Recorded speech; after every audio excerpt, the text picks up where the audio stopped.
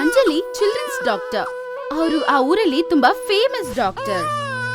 ಏನ್ ಹೇಳಿ ಡಾಕ್ಟರ್ ಅಮ್ಮ ನಿಮ್ಗೆ, ನೋಡಿ ನನ್ ಮುನ್ನ ರಾತ್ರಿಯಿಂದ ಅಳ್ತಾ ಇದ್ದಾನೆ. ಏನ್ ಮಾಡಿದ್ರು ಅಳು ಮಾತ್ರ ನೆನೆಸ್ತಾನೆ ಇಲ್ಲ. ಯಾಕೆ ಅಳ್ತಿದ್ಯಾ? ಏನಾಯ್ತು ನಿನ್ಗೆ? ಹಾ ನೋಡಿದ್ಯಾ ನಗ್ತಿದಾನೆ. ಯಾಕೆ ಅಳ್ತಾನೆ ಹೇಳಿ ಇವನು. ನೋಡಿದ್ರ ಮೇಡಮ್, ನಿಮ್ ಕೈಗ್ ಬಂದಿದ ತಕ್ಷಣ ಹೆಂಗ್ ನಗ್ತಿದಾನಂತ. ನಿಮ್ ಕೈಗ್ ಯಾವ ಮಗು ಬಂದ್ರು ನಗ್ತಾ ಇರುತ್ತೆ. ಡಾಕ್ಟರ್ ಅಂಜಲಿಗೆ ಮಕ್ಕಳಂದ್ರೆ ತುಂಬಾ ಇಷ್ಟ. ಆದ್ರೆ ಅವ್ರಿಗೆ ಮನ್ಸಲ್ಲಿ ಒಂದೇ ಒಂದು ಕಷ್ಟ ಮಾತ್ರ ಇತ್ತು. ಅದೇನಂದ್ರೆ 10 ವರ್ಷ ಆದ್ರೂ ಅವ್ರಿಗೆ ಮಕ್ಳು ಹುಟ್ಟಿಲ್ಲ. ನೋಡಿದ್ಯಾ ಸುಧೀರ್, 10 ವರ್ಷ ಆಯ್ತು ಮದ್ವೆ ಆಗಿ. ಮಾಡ್ಬೇಕಾಗಿರುವ ಎಲ್ಲಾ ಟೆಸ್ಟ್ಗಳು ಮಾಡಾಯ್ತು. ಆದ್ರೂ ನಮ್ಗೆ ಮಗು ಹುಟ್ಟೋ ಚಾನ್ಸಸ್ ಕಾಣಿಸ್ತಾನೆ ಇಲ್ಲ. ಅರೆ ಯಾಕೆ ಮಗು ಮಗು ಅಂತ ಸಾಯ್ತಾ ಇರ್ತೀಯ ನೀನು?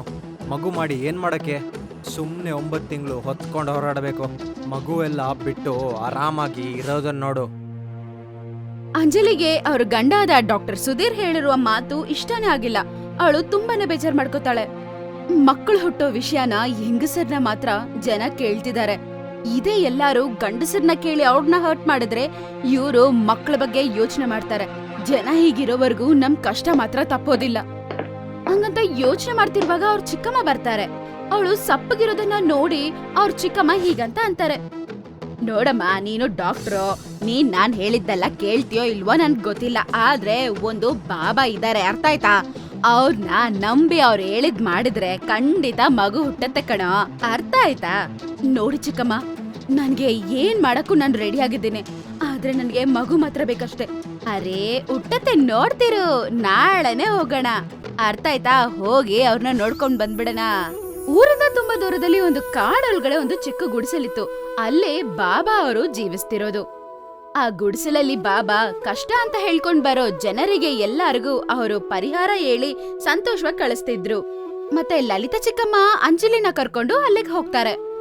ಆಗುತ್ತೆ, ನಿನಗೂನು ಸಂತಾನ ಪ್ರಾಪ್ತಿ ಆಗುತ್ತೆ. ನಾನ್ ನಿನಗೊಂದು ಫಲ ಕೊಡ್ತೀನಿ, ಅದನ್ ತಿನ್ನು. ತುಂಬಾ ಧನ್ಯವಾದ ಮುರಳಿ ಬಾಬಾ, ನೀವ್ ಹೇಳಿದ್ಮೇಲೆ ಖಂಡಿತ ನಡೆದು ಬಿಡಿ. ಮುರಳಿ ಬಾಬಾ ಅಂಜಲಿಕೆಗೆ ಒಂದು ಆಪಲ್ ನ ಕೊಡ್ತಾರೆ. ಇದೊಂದು ಚಮತ್ಕಾರಿ ಸೇಬು, ಇದನ್ನ ನಾಳೆ ಬೆಳಿಗ್ಗೆ ಎದ್ದು ಸ್ನಾನ ಮಾಡಿ ತಿನ್ನು. ಇದನ್ನ ತಿನ್ನಂತ್ರ ನೀನು ಅಮ್ಮ ಆಗೋಗ್ತೀಯಾ. ಅಂಜಲಿ ಆ ಆಪಲ್ ನ ಕಿಚನ್ ಅಲ್ಲಿ ಇಟ್ಬಿಟ್ಟು ಸ್ನಾನ ಮಾಡ್ಕೊಂಡ್ ಬರೋಣ ಅಂತ ಹೋಗ್ತಾಳೆ. ಅವಳು ಸ್ನಾನ ಮಾಡಕ್ ಹೋಗಿದ್ ಸಮಯದಲ್ಲಿ ಅವ್ರ ಗಂಡ ಒಳಗಡೆ ಬರ್ತಾರೆ. ಅವರು ಆಪಲ್ ನ ನೋಡಿ ಕಟ್ ಮಾಡಿ ಆ ಆಪಲ್ ನ ತಿನ್ಬಿಡ್ತಾರೆ. ಆಮೇಲೆ ಅಂಜಲಿ ಆಚೆ ಬಂದು ಆಪಲ್ ನ ಹುಡುಕ್ತಾಳೆ. ಆಪಲ್ ಪಾಪ ಸಿಕ್ಕೋದೇ ಇಲ್ಲ. ರೀ, ನೀವೇನಾದ್ರೂ ಆಪಲ್ ನ ನೋಡಿದ್ರಾ? ಅಲ್ಲ ಕಿಚನ್ ಅಲ್ಲಿ ಇಟ್ಬಿಟ್ಟು ಸ್ನಾನಕ್ ಹೋಗಿದೆ, ಕಾಣಿಸ್ತಾನೆ ಇಲ್ವಲ್ಲ ರೀ? ಎಷ್ಟು ಹುಡ್ಕೋದು, ಎಲ್ಲೂ ಕಾಣಿಸ್ತಿಲ್ಲ. ಆ ಆಪಲ್ ಅಂತೂ ಚೆನ್ನಾಗಿತ್ತು, ನಾನೇ ತಿಂದೆ. ಅದನ್ನ ಕೇಳಿದ ತಕ್ಷಣ ಅಂಜಲಿಗೆ ಶಾಕ್ ಆಗತ್ತೆ. ಅಯ್ಯೋ ದೇವ್ರೆ ಅನ್ಸುತ್ತೆ. ಅಯ್ಯೋ, ಬಾಬಾ ಹೇಳಿದ ತರ ಏನಾದ್ರೂ ನಡೆದ್ರೆ ಉಲ್ಟಾ ಆಗ್ಬಿಡುತ್ತಷ್ಟೇ. ಮತ್ತೆ ಇವ್ರನ್ನ ಪ್ರೆಗ್ನೆಂಟ್ ಆಗಿ ನೋಡ್ಬೇಕನ್ಸುತ್ತೆ. ಅಯ್ಯೋ, ಏನಾಗುತ್ತೋ ನೋಡ್ಕೊಳ್ಳೋಣ ಬಿಡು ಹಂಗಂತ ಯೋಚನೆ ಮಾಡಿ ಅವಳು ಸುಮ್ನೆ ಇರ್ತಾಳೆ. ಹೀಗೆ ಸ್ವಲ್ಪ ದಿನ ಕಳೆದೋಗತ್ತೆ. ಕೊನೆಗೆ ಅವಳು ಅನ್ಕೊಂಡಂಗೆ ನಡೆಯುತ್ತೆ. ಸಡನ್ ಆಗಿ ಸುಧೀರ್ನ ಹೊಟ್ಟೆ ದಿನೇ ದಿನೇ ದೊಡ್ಡದಾಗ್ತಿತ್ತು. ಮತ್ತೆ ಹೊಟ್ಟೆಲಿ ಏನೋ ಇರೋ ತರ ಅವ್ರಿಗೆ ಯಾವಾಗ್ಲೂ ಅನ್ಸ್ತಿತ್ತು. ಅರೆ ಅಂಜಲಿ, ನೋಡಿ ನನ್ನ ಹೊಟ್ಟೆ ತುಂಬಾ ದೊಡ್ಡದಾಗಿದೆ, ಮತ್ತೆ ಹೊಟ್ಟೆಯಲ್ಲಿ ಏನೋ ಆಗ್ತಾ ಇದೆ. ಅದನ್ನ ಕೇಳಿದ ತಕ್ಷಣ ಇದೆಲ್ಲ ಆಪಲ್ ತಿಂದಿದ್ದಕ್ಕೆ ಆಯ್ತು ಅಂತ ಅವ್ರಿಗೆ ಅರ್ಥ ಆಗತ್ತೆ. ಮತ್ತೆ ತಕ್ಷಣ ಅವ್ರನ್ನ ಹಾಸ್ಪಿಟಲ್ ಕರ್ಕೊಂಡು ಹೋಗ್ತಾರೆ. ಮಾಡ್ಬೇಕಾಗಿರುವ ಟೆಸ್ಟ್ ಎಲ್ಲ ಮಾಡಿ ಚೆಕ್ ಮಾಡಿ ನೋಡಿದ್ಮೇಲೆ ಅವಳಿಗೆ ಅರ್ಥ ಆಗತ್ತೆ ಸುಧೀರ್ ಪ್ರೆಗ್ನೆಂಟ್ ಆಗಿದ್ದಾರೆ ಅಂತ. ಅವಳೇನೋ ಸಂತೋಷ ಪಡ್ತಾಳೆ. ಸುಧೀರ್, ನೀವು ಪ್ರೆಗ್ನೆಂಟ್ ಆಗಿದ್ದೀರಾ. ನಾವು ಕೊನೆಗೆ ಪೇರೆಂಟ್ಸ್ ಆಗೋ ಸಮಯ ಬಂದ್ಬಿಡ್ತು. ಇದು ಹೇಗಾಗಕ್ ಸಾಧ್ಯ ಅಂಜಲಿ? ಒಬ್ಬ ಗಂಡು ಹೇಗ್ ಜನ್ಮ ಕೊಡಕ್ ಸಾಧ್ಯ? ಅದು ಆ ದೇವರಿಗೆ ಗೊತ್ತಾಗ್ಬೇಕು. ಹೀಗೆ ದಿನಗಳು ಕಳೆದೋಗುತ್ತೆ. ಮತ್ತೆ ಸುಧೀರ್ನ ಹೊಟ್ಟೆ ದಿನೇ ದಿನೇ ದೊಡ್ಡದಾಗುತ್ತೆ. ಅವರು ಹಾಸ್ಪಿಟಲ್ಗೆ ಹೋಗೋ ಸಮಯದಲ್ಲೆಲ್ಲ ಅವ್ರನ್ನ ಪೇಷಂಟ್ಸ್ ನೋಡಿ ಯಾವಾಗ್ಲೂ ನಗ್ತಾ ಇದ್ರು. ಏನ್ ಡಾಕ್ಟ್ರೇ, ಎಷ್ಟನೇ ತಿಂಗಳಾಗ್ತಾ ಇದೆ ಹೇಳ್ತೀರಾ? ಏನ್ರಿ ವಿಚಿತ್ರ, ನೋಡಿದ್ರಾ? ಆ ಹೊಟ್ಟೆ ನೋಡಿ 9 ತಿಂಗಳ ತರ ಕಾಣಿಸ್ತಿದೆ. ಡಾಕ್ಟರ್ನ ಯಾವಾಗ್ಲೂ ಹೀಗೆ ಮಾತಾಡಿ ಎಲ್ಲರೂ ಚುಡಾಯಿಸ್ತಿದ್ರು.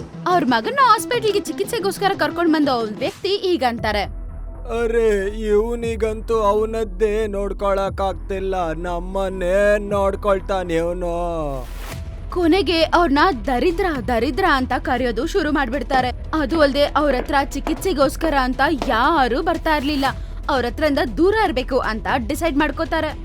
ಅಲ್ಲ ದೇವ್ರು ಯಾಕೆ ಈ ಶಾಪ ಕೊಟ್ಟಿದ್ದ ನಂಗೆ? ನಾನು ಏನ್ ಮಾಡಿದ್ದೆ ಅಂತ? ನನ್ನ ಹಾಸ್ಪಿಟ್ಲ್ ಅಂತೂ ಬಂದಾಗೋಗಿದೆ ಈಗ. ಅದು ಅಲ್ಲದೆ ಡಾಕ್ಟರ್ ಸುಧೀರ್ ಈ ಜನರ ಭಯದಿಂದ ಹಾಸ್ಪಿಟಲ್ಗೆ ಹೋಗಲ್ಲ, ಮನೇಲೇ ಇರ್ತಾರೆ. ಆದ್ರೆ ಜನ ಅವ್ರನ್ನ ಮನೆಯಲ್ಲಿ ಕೂಡ ನೆಮ್ಮದಿಯಾಗಿರಕ್ ಬಿಟ್ಟಿಲ್ಲ. ಸಡನ್ ಆಗಿ ಒಂದಿನ ಅವ್ರ ಡೋರ್ ಬೆಲ್ ರಿಂಗ್ ಆಗತ್ತೆ. ಹಾ ಬಂದೆ, ಯಾರದು?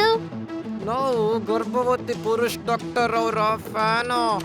ಅಂಜಲಿ ಡೋರ್ ತೆಗ್ದಿದ ತಕ್ಷಣ ಒಳಗಡೆ ಬರ್ಲಾ ಅಂತ ಕೇಳಿದೆ.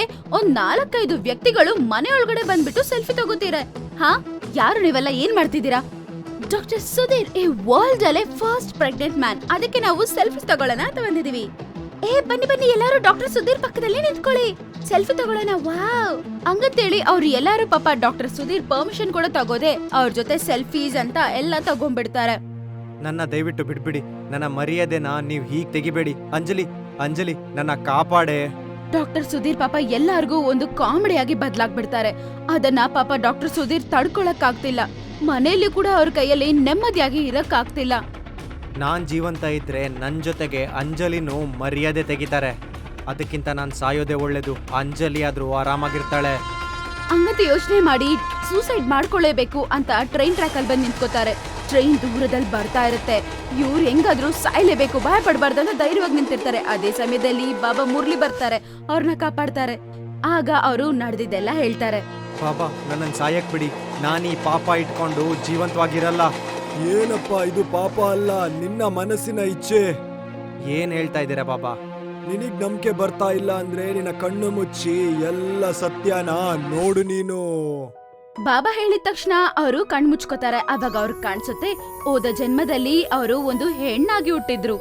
ಅವರ ಬೇಡಿಕೆ ತುಂಬಾ ವಿಚಿತ್ರವಾಗಿತ್ತು.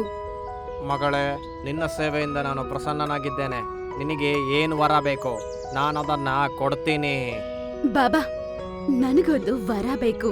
ನನ್ನ ಶರೀರ ಮಾತ್ರ ಬದಲಾಗ್ಬೇಕು, ಆದ್ರೆ ನಾನು ಒಂದು ಹೆಣ್ಣಾಗಿದ್ದು ಒಂದು ಮಗುನ ಹೆತ್ಬೇಕು ಅಂತ ನನ್ನ ಆಸೆ. ತಥಾಸ್ತು, ಹಾಗೆ ಆಗುತ್ತೆ. ಆದ್ರೆ ನಿನ್ನ ಈ ಆಸೆ ಮುಂದಿನ ಜನ್ಮದಲ್ಲಾಗುತ್ತೆ. ಹೋದ ಜನ್ಮದಲ್ಲಿ ನಡೆದಿದ್ದೆಲ್ಲ ತಿಳಿದ ಸುಧೀರ್ ತುಂಬಾ ಆಶ್ಚರ್ಯ ಪಡ್ತಾನೆ. ಮತ್ತೆ ಬಾಬಾ ಮುರಳಿಗೆ ಥ್ಯಾಂಕ್ಸ್ ಹೇಳ್ತಾನೆ. ಈಗೇನಾಗುತ್ತೆ ಬಾಬಾ? ಈ ಮಗು ಜನ್ಮ ಆದ ನಂತರ ನಾನು ಮತ್ತೆ ಹೆಂಗ್ಸಾಗ್ತೀನ? ಇಲ್ಲ, ನೀನು ಈ ಮಗುವಿಗೆ ಜನ್ಮ ಕೊಟ್ಟ ನಂತರ ಪೂರ್ಣ ರೂಪದಲ್ಲಿ ಪುರುಷ ಆಗ್ತೀಯಾ. ಅಷ್ಟರಲ್ಲೇ ಅಂಜಲಿ ಕಾರ್ ತಗೊಂಡು ಅಲ್ಲಿಗೆ ಬರ್ತಾರೆ. ಆಗ ಹೋದ ಜನ್ಮದಲ್ಲಿ ನಡೆದ ಎಲ್ಲಾ ವಿಷಯನೂ ಅವ್ರಿಗೆ ಗೊತ್ತಾಗಿ ಆಶ್ಚರ್ಯ ಪಡ್ತಾರೆ. ಸ್ವಲ್ಪ ದಿನದ ನಂತರ ಸುಧೀರ್ಗೆ ಒಂದ್ ಮಗು ಹುಟ್ಟತ್ತೆ. ಸುಧೀರಿನ ಹೋದ ಜನ್ಮದ ಆಸೆ ನಿಜ ಆಗುತ್ತೆ. ಮತ್ತೆ ಅಂಜಲಿ ಕೂಡ ಕೈಯಲ್ಲಿ ಮಗುನ ಎತ್ಕೊಂಡು ತಾಯಿ ಆಗ್ಬಿಟ್ಟೆ ಅಂತ ಸಂತೋಷಪಟ್ಟು ಸಂತೋಷವಾಗಿ ಜೀವಿಸ್ತಾರೆ.